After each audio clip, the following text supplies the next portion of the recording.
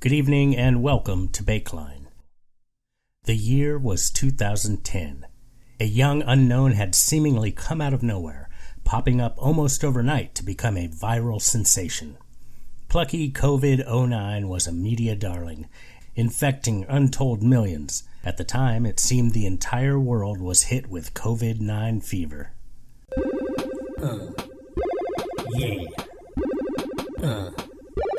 Yeah. COVID-09.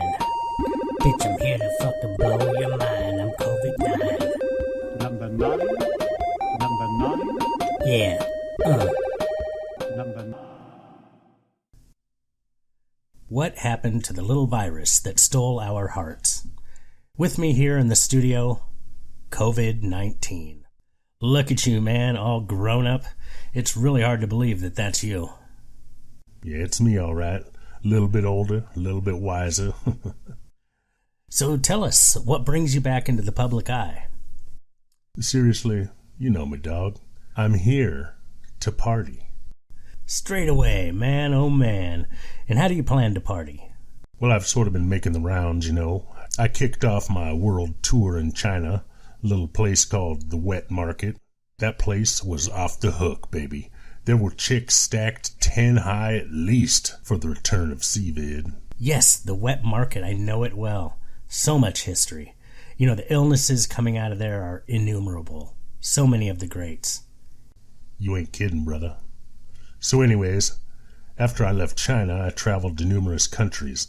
In Italy, we were all over the magazines, newspapers, the TV, the handrails, the doorknobs. It was a trip, man.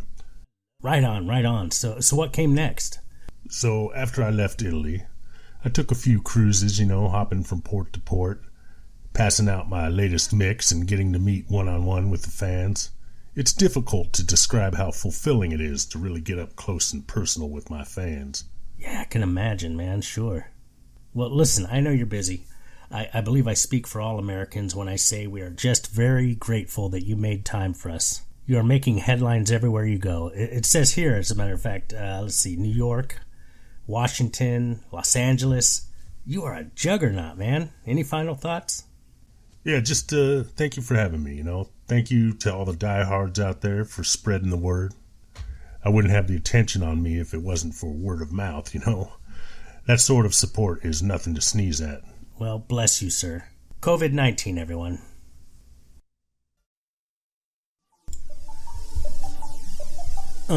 Yeah. This one goes out to all my homies. All my boys that stood behind me. Knew what I was all about. This one goes out to the Green Squad. Yo, Cody, D-Mac, my boys. Yeah. Come on, kick it. Here we go. Come on, kick it. C-O to the V to the I to the D. I'm COVID-19. That's what I be. I'm COVID-19. 19. COVID-19. Yeah. 19. COVID-19. Yeah. 19. I'm COVID-19. I'm COVID-19. COVID-19. COVID-19. Individuals like that seem to affect all those who they come in contact with. A very infectious personality that is hard to define. Now on to the news. Australia has been facing empty toilet paper shelves at stores across the country as people panic amid the coronavirus outbreak. A rising vermin problem has become especially dire when it was discovered that large rodents had been dining on toilet paper. Bakeline has obtained footage of such a feasting critter, as you can see here. With the value of toilet paper at a premium these days, the authorities have been forced to legalize the hunting of these disgusting animals. While we cannot show you the aftermath of this animal being shot, we can say that afterwards it was discovered to have 5 other rolls of toilet paper stuffed in its pocket. Those things give me the willies. Ugh. You know, they say that if you see one, there are thousands more in the walls. Gross. On a happier note, down under, an Australian family will be wiping at leisure thanks to an ordering mistake. Haiti Janetsky of Toowoomba in Queensland, Australia, accidentally ordered more than $3,200 worth of toilet paper from the online retailer Who Gives a Crap. When placing the order online, where it asked for quantity, she input 48, thinking she had ordered 48 rolls. Instead, she got 48 boxes. That amounts to just over 2,300 rolls of precious TP. You know, the way people are losing their minds over toilet paper these days, Bakeline wondered how much such a windfall would be worth. Well, after crunching the numbers, it is believed that the Janetsky family are now millionaires many times over. Good for them, those butt wipes. Moving on to the Australia of the North, firefighters were called to a farm near Bramham, Leeds, in England, on March 7th to put out a fire in a large pig pen.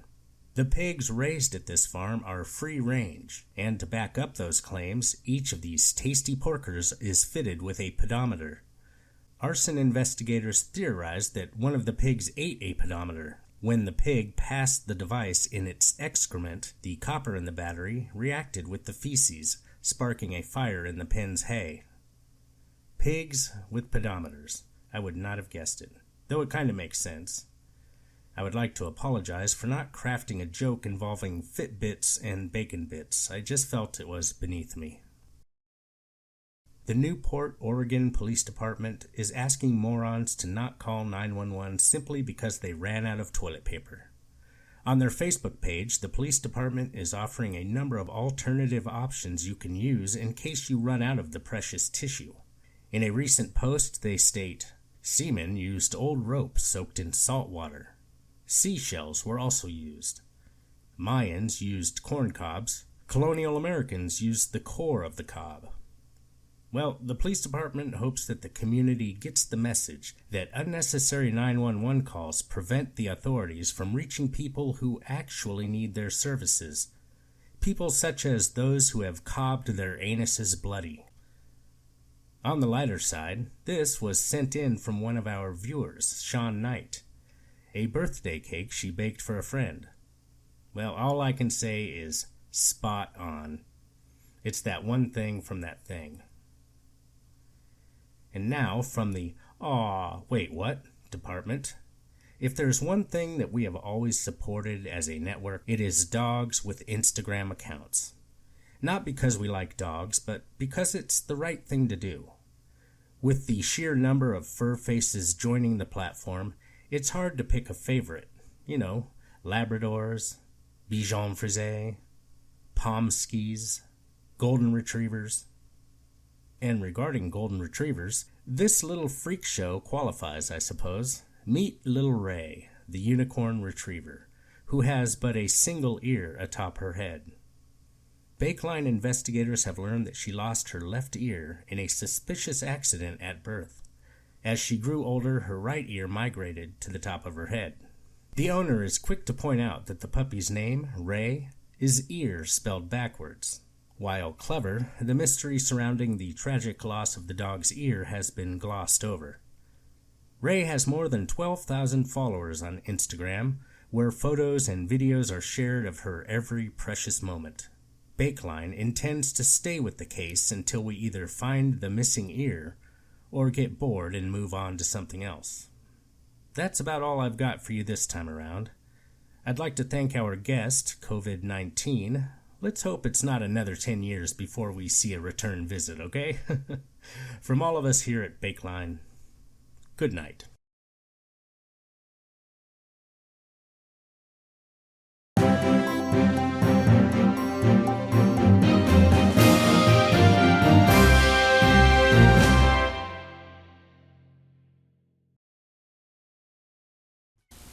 After these messages, we'll be right back. This is the Onion News Network. Better news, better viewers.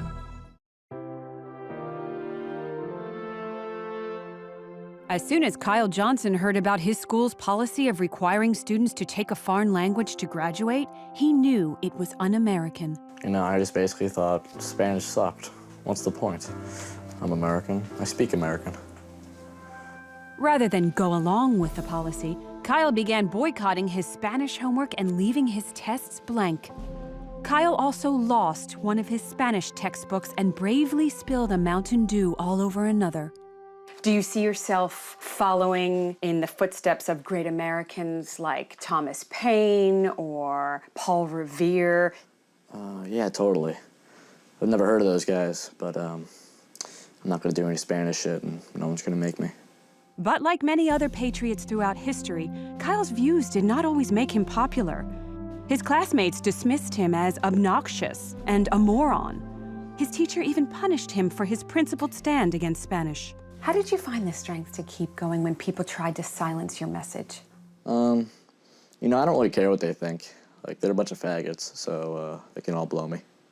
Rather than be forced to learn a foreign language on American soil, Kyle eventually stopped going to Spanish class entirely and courageously began spending that time in the convenience store parking lot down the street from his school, trying to convince homeless people to buy him cigarettes. Kyle, everyone at the Onion News Network was so inspired by your patriotic fight that we actually created a petition against your Spanish teacher. Over 80,000 viewers signed it. Due to that extreme pressure, your school was forced to fire Senorita Miller today. Really? That's awesome. She sucks. Thank you, Kyle Johnson, for reminding us that it's not just our troops who are fighting every day for our freedom. From Beyond the Facts, I'm Jean Ann Wharton.